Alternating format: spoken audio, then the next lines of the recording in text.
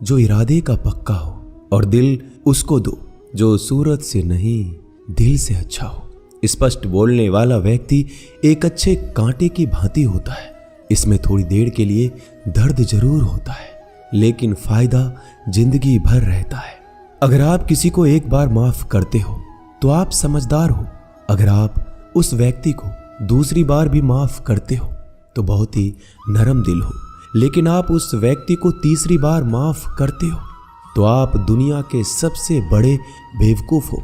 जीवन की सबसे महंगी चीज है आपका वर्तमान, जो एक बार चला जाए तो फिर पूरी दुनिया की संपत्ति देकर भी उसे हम खरीद नहीं सकते।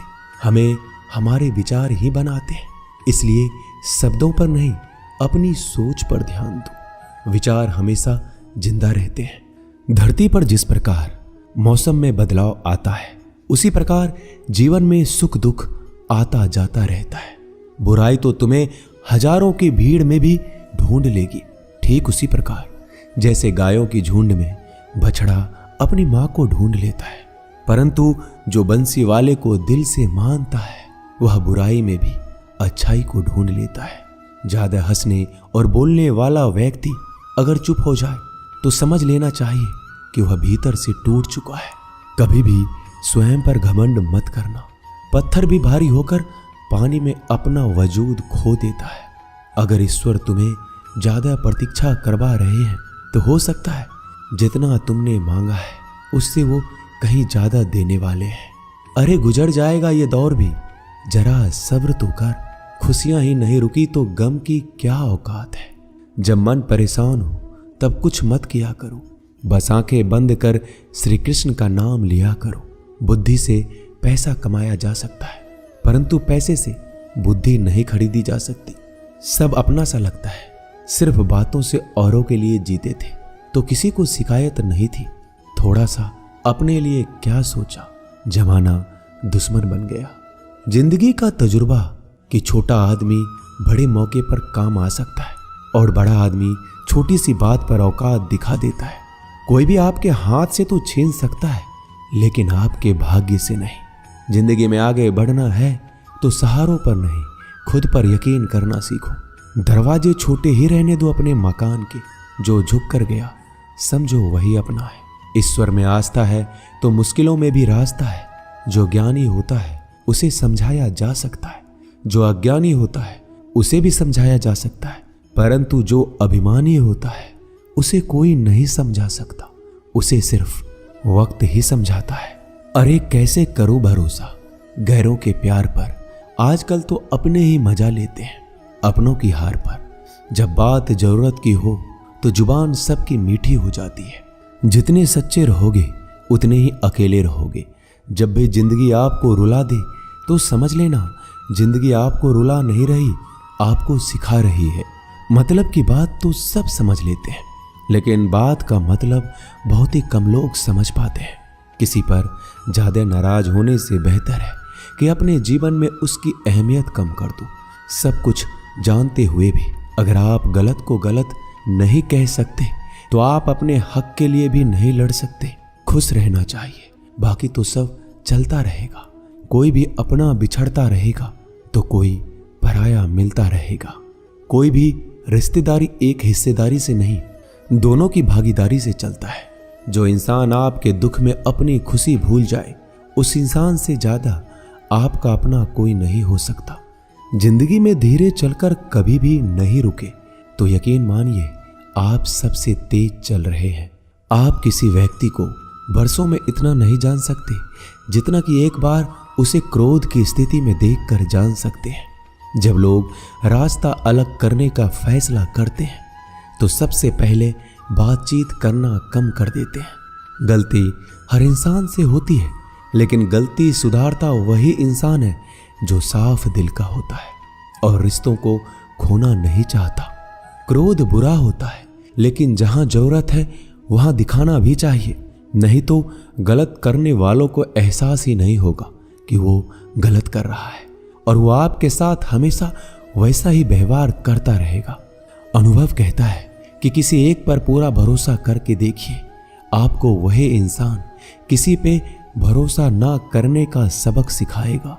एक बात बिल्कुल सच है कि नए लोगों के साथ हम चाहे कितने भी खुश हो, लेकिन जब वो दिल दुखाता है तो पुराने ही याद आते हैं।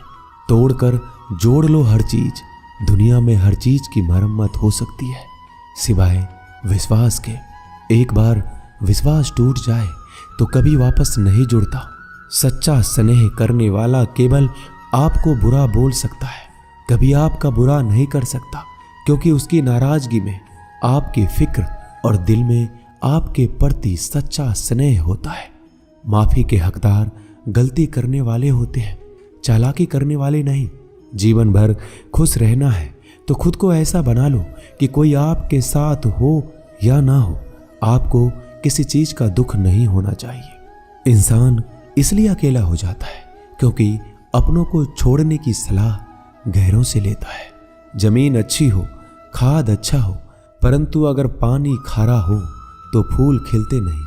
भाव अच्छे हो, कर्म भी अच्छे हो, मगर वाणी खराब हो तो संबंध कभी टिकते नहीं। अपना ईमान और धर्म बेचकर कमाया गया धन अपने किसी काम का नहीं होता, अंत में उसका त्याग करें। आपके लिए यही उत्तम है। रात जितनी काली होती है, तारे उतने ही चमकीले होते हैं। दुख जितना गहरा होता है, ईश्वर उतना ही करीब होता है। कभी उसको नजरअंदाज ना करो जो तुम्हारी बहुत परवाह करता हो, वरना किसी दिन तुम्हें एहसास होगा कि पत्थर जमा करते हुए तुमने हीरा गवा दिया।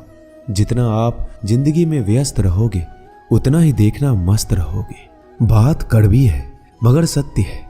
जरूरत पड़ने पर लोग बिना रिश्ते के रिश्ते बना लेते हैं और जरूरत खत्म होने के बाद बने हुए रिश्तों से भी मुंह मोड़ लेते हैं। जिंदगी में मित्र और चित्र अगर दिल से बनाओगे तो उनके रंग जरूर निखर के आएंगे।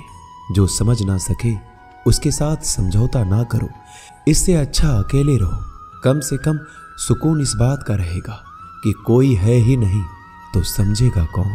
आजकल लोग दिल से दी हुई इज्जत से खुश नहीं होते, दिखावे की चापलूसी करने वालों से गर्व महसूस करते हैं। विश्वास करें परंतु माँ और ईश्वर के सिवा किसी पर नहीं। लुट जाने के बाद चाहे कसूर किसी का भी हो, रूठ जाने के बाद कसूर चाहे किसी का भी हो, बात वही शुरू करता है जो बेहद प्रेम करता है। भले ही जिंदगी में अकेले रह लेना, लेकिन जबरदस्ती किसी से रिश्ता निभाने की जिद मत करना। अगर आसमान वाले के साथ आपका रिश्ता अच्छा है तो जमीन वाले आपका कुछ नहीं बिगाड़ सकते। सांपों के दांत में, बिच्छू के डंक में और इंसान के मन में कितना जहर भरा है कोई नहीं बता सकता। इनसे हमेशा सावधान रहें। सत्य को सिद्ध करने के लिए किसी भी जिद करने की जरूरत नहीं, क्योंकि सत्य खुद सही समय पर स्वयं सिद्ध हो जाता है। जिंदगी में दो चीजों का कभी घमंड मत करना, पैसा और सूरत। गरीबी आते देर नहीं लगती और चेहरा किसी हादसे में बदलते जरा भी वक्त नहीं लगता। प्रेम से भरी हुई आंखें और श्रद्धा से झुका हुआ सर, सहयोग करते हुए हाथ, सन्मार्ग पर चलते हुए पैर और सत्य से जुड़ी हुई जीभ ईश्वर की पसंदीदा चीजें हैं। अगर आप सही हो तो गुस्सा होने की आपको जरूरत ही नहीं है, पर अगर आप गलत हो तो आपको गुस्सा होने का हक ही नहीं है। धोखे में जीने से अच्छा है अकेले जियो, सुकून से जियो, अपने आप पर भरोसा रखो। तुम्हारा किस्सा एक दिन जरूर कहानी बनेगा। मजाक और पैसा सोच समझकर उड़ाना चाहिए। संघर्ष ही जीवन है, इससे डरना नहीं, लड़ना सीखो। एक बार नींद टूटेगी तो चलेगा, लेकिन कभी अपने सपने मत टूटने देना। आप कितने भी बड़े बन जाएंगे, यदि आपके अंदर इंसानियत नहीं है तो सब बेकार है। जो करना है खुद करना। वक्त के भरोसे बैठने से भी धोखा मिल सकता है। जिंदगी का एक उसूल बनाओ कि तुम्हारी इज्जत जो नहीं करता उसके पास कभी नहीं जाना, क्योंकि जीवन में क्या होगा, या तो कुछ अच्छा होगा या बड़ा होगा। जो भी होगा हमारे कर्मों का ही फल होगा। जिस प्रकार दिया तेल के बिना नहीं जल सकता, इसी प्रकार मनुष्य भगवान की कृपा दृष्टि के बिना जीवन में सफल नहीं हो सकता। जीवन में कोई भी काम करने से पहले एक बार भगवान का स्मरण करना जरूरी है कि मैं जो करने जा रहा हूं वो भगवान को स्वीकार होगा या नहीं। ऐसा करने से आप जीवन में कोई गलत काम नहीं करेंगे। किसी का भला नहीं कर सकते तो बुरा भी मत करो। यदि सम्मान नहीं कर सकते तो बेवजह अपमान भी मत करो। तुम जिसकी जितनी परवाह करोगे उतनी तकलीफ पाओगे, और जिस दिन तुम लोगों की परवाह करना छोड़ दोगे लोग तुम्हें तकलीफ देना छोड़ देंगे। क्या लेकर आए हो और क्या लेकर जाओगे? ये जीवन 2 दिन का मेला है। एक दिन सब यहीं छोड़कर जाओगे। समझदार व्यक्ति कभी बदले की भावना नहीं रखता, क्योंकि वह जानता है भगवान सही कर्म और सही समय आने पर सबका हिसाब करते हैं। जबरदस्ती मत मांगना जिंदगी में किसी का साथ। कोई खुद चलकर आए उसमें खुशी कुछ और ही होती है। संगत का विशेष ध्यान रखें, क्योंकि सफलता हमेशा अच्छे विचारों से आती है और अच्छे विचार अच्छे लोगों के संपर्क से आते हैं।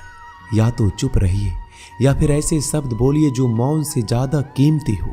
सत्य अपने लिए रखना, प्रेम दूसरों के लिए, करुणा सबके लिए रखना, यही जीवन का व्याकरण है।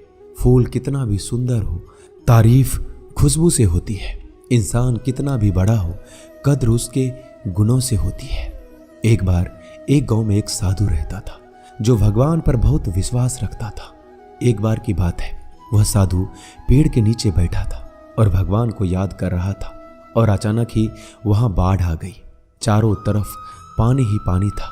सब लोग अपने आप को बचाने के लिए ऊपर पहाड़ की तरफ भागने लगे।